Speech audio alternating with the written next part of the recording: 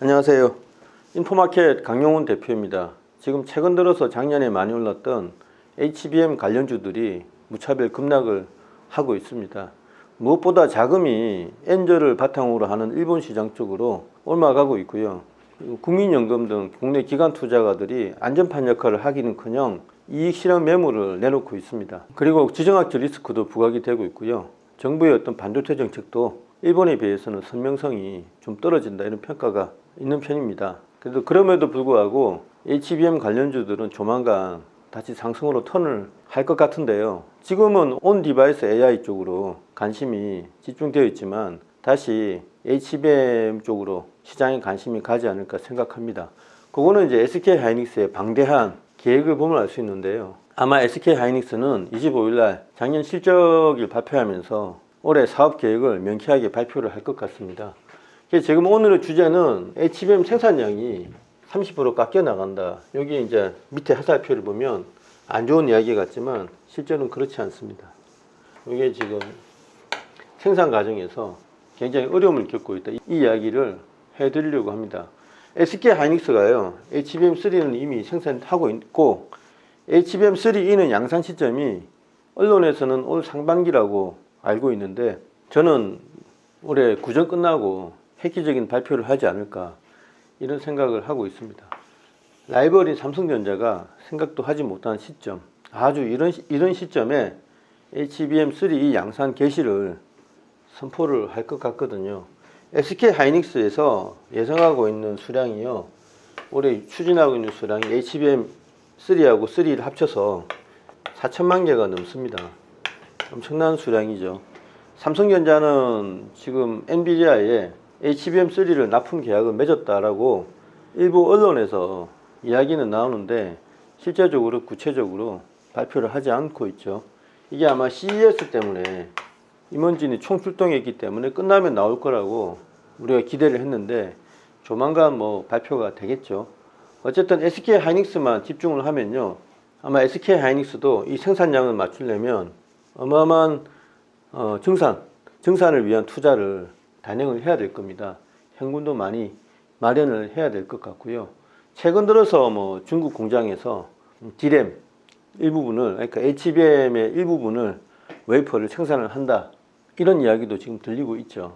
지금 HBM이요, 4천만 개가 어디로 공급이 되냐면 잘 아시다시피 TSMC로 공급이 되지 않습니까?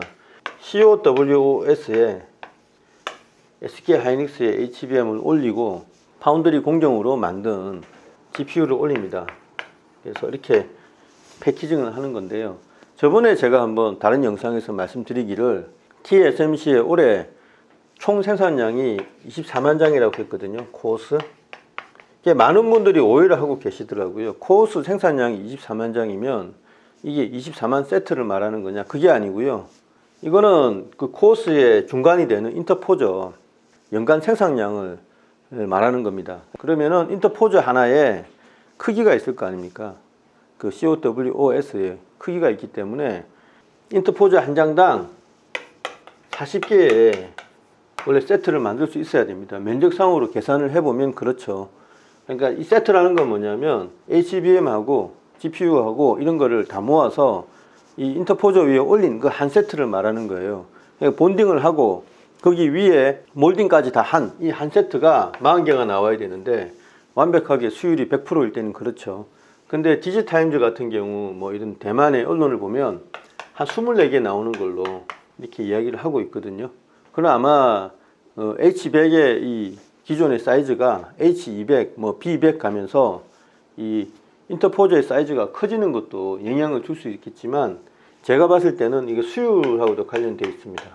이게 무슨 말이냐면 여기서 완벽하게 검사를 해가잖아요. HBM을 한국에서. 그 SK하이닉스가 다 검사를 일일이 해서 완벽한 HBM만 보낸다 이거예요. TSMC에.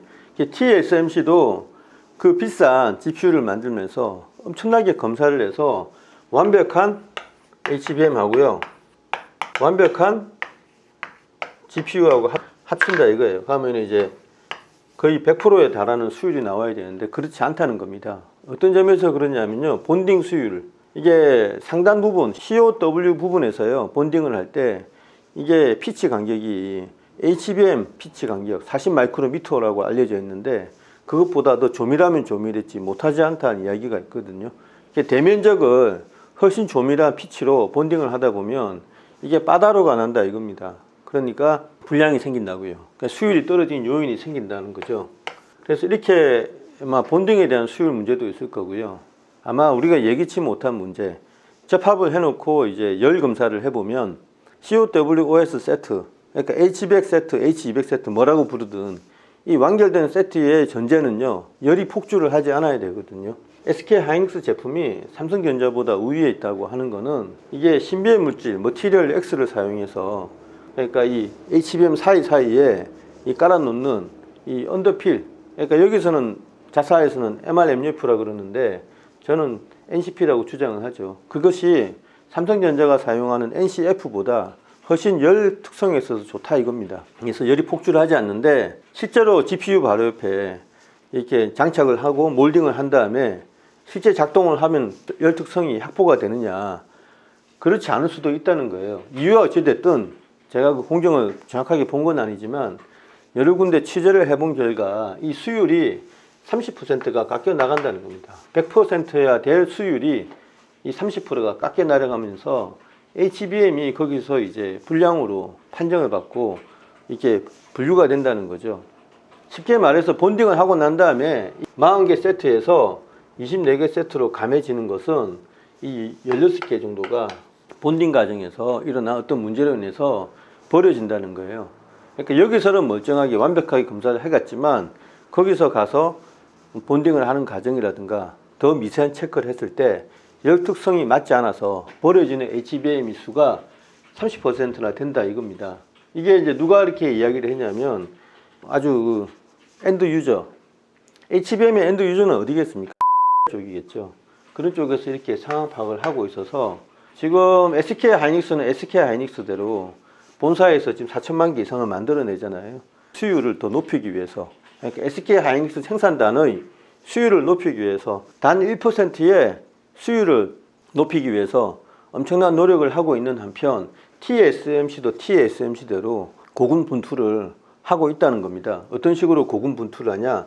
코수의 이 패키징 수율을 올리기 위해서 그렇죠. 여기서 오해를 마셔야 되는 게 이 웨이퍼에 해당하는 인터포저의 수율은요, 꽤 높습니다.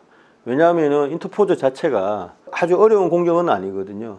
그게 40나노, 50나노의 레거시 공정인데 그 정도면은 금방 만들어내지 않냐. 만들어내는 건 쉽습니다. 문제는 이 인터포저 위에 올리고 본딩하는 과정 자체를 다 포함해서 지금 고수 수율을 이야기하고 있는 거거든요. 제가 저번에 영상 만들어냈을 때는 24만 장이었어요. 기억나시죠? 근데 이거를 올해 이제 27만 장으로 올린다고 하는데 이제 많은 분들이 이렇게 이야기를 할 겁니다. 그것 봐라, 27만 장으로 올릴 수 있지 않냐, 쉽게. 그런데 40만 장, 50만 장으로 왜 못 올릴까요? 이 쉬운 레거시 공정을. 이 물리적인 웨이퍼, 인터포저를 생산해서 이게 완결된 세트로 만들어내기까지 공정 전체를 포함해서 월 몇만 장 이렇게 표현을 하고 있는 겁니다. 그러니까 표현은 인터포저의 숫자로 표현을 하고 있지만, 장수로 표현을 하고 있지만 실제로 거기 안에는 이 복잡한 공정을 내포해서 이야기를 하는 것이기 때문에 기자들은 이제 대충 기사를 쓸 때 간행대로 쓰지만 우리는 알아듣지 못하고 있는 거죠. 그래서 지금 SK 하이닉스는 SK 하이닉스대로 TSMC는 TSMC대로 각자의 분야에서 지금 하나라도 더 이렇게 생산하기 위해서 노력을 하고 있는데 엔비디아는 그게 마뜩치 않은가 봐요. 버려지는 HBM의 30% 이것도 다 비용으로 들어가니까 아마 이 단계에서는 비용 책임을, 코스트 책임을 엔비디아에서 또는 TSMC에서 이게 부담을 하고 있는 것 같습니다.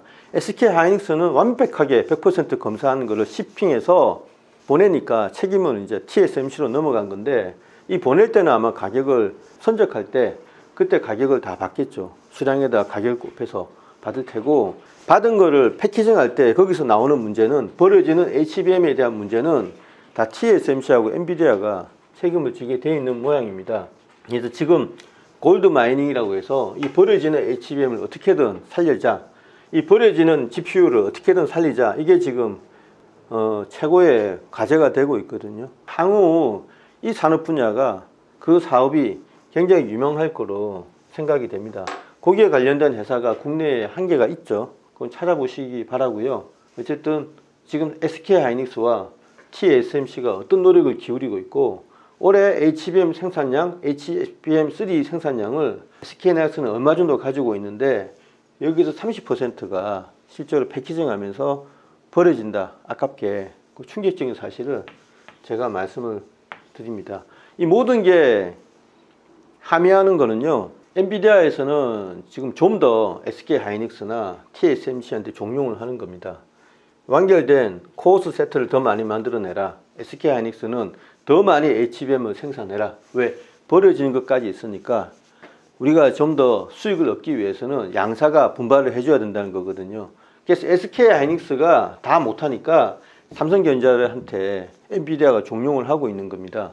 이런 흐름을 읽으면 지금 잠깐 주가가 빠지더라도 여전히 HBM은요 지금 병목 현상에 걸려 있어서 생산하는 족족 엔비디아에서 낚아채가는 그런 상황이거든요.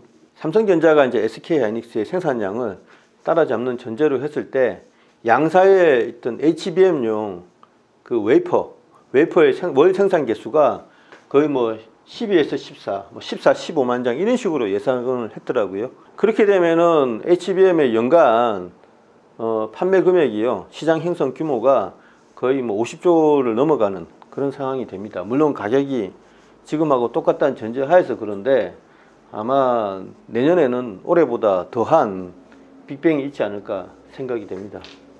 네, 30% 요거 숫자를 알려드리려고 길게 설명을 드렸습니다. 골드 마이닝 기억을 하시기 바랍니다. 네, 감사합니다.